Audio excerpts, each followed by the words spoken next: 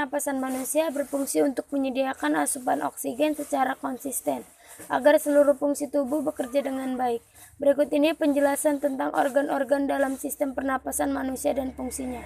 1.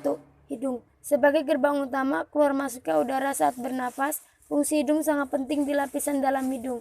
Terdapat rambut-rambut halus yang fungsinya adalah menyaring kotoran dari udara yang kamu hirup. 2. Paring. Paring merupakan nama lain dari tenggorokan bagian atas, berupa tabung yang terletak di belakang mulut dan rongga hidung, dan hubungan keduanya ke trakea, batang tenggorokan. Fungsi paring dalam sistem pernapasan manusia adalah menyalurkan aliran udara dari hidung dan mulut ke trakea.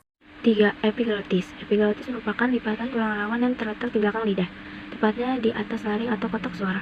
Seperti katup, epiglotis akan terbuka saat bernapas, untuk memungkinkan udara masuk ke laring menuju paru-paru. Lalu saat makan, epiglotis akan menutup untuk mencegah makanan dan minuman masuk ke saluran pernapasan dan menyebabkan tersedak. Laring kotak suara. Laring atau kotak suara terletak di bawah persimpangan saluran faring yang membelah menjadi trakea dan kerongkongan. Saat bernapas, udara mengalir melewati dua pita suara yang berhimpitan, sehingga menghasilkan getaran. Getaran inilah yang kemudian menghasilkan suara saat berbicara. Trakea, batang tenggorokan.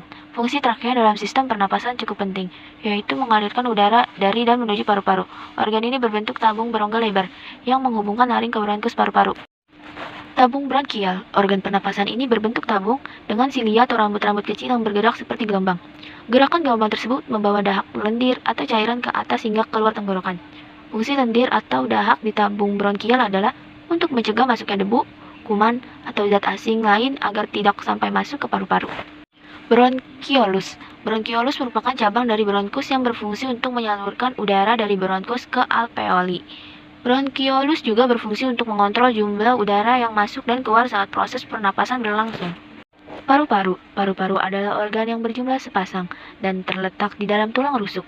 Fungsi utama paru-paru dalam sistem pernapasan adalah untuk menampung udara kaya oksigen dan mengalirkan ke pembuluh darah untuk disebarkan ke seluruh tubuh.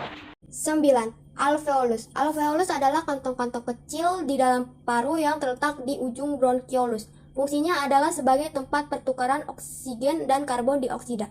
Pada alveolus juga ada kapiler pembuluh darah. Kemudian alveolus akan menyerap oksigen dari udara yang dibawa oleh bronkiolus dan mengalirkannya ke dalam darah. Setelah itu, karbon dioksida dari sel-sel tubuh mengalir bersama darah ke alveolus untuk diembuskan keluar. 10. Diafragma merupakan dinding otot yang memisahkan rongga dada dan perut. Ketika melakukan pernapasan perut, diafragma akan bergerak ke bawah dan menciptakan rongga untuk menarik udara. Organ pernapasan ini juga bisa membantu memperluas paru-paru. Sekian presentasi dari kami. Assalamualaikum warahmatullahi wabarakatuh.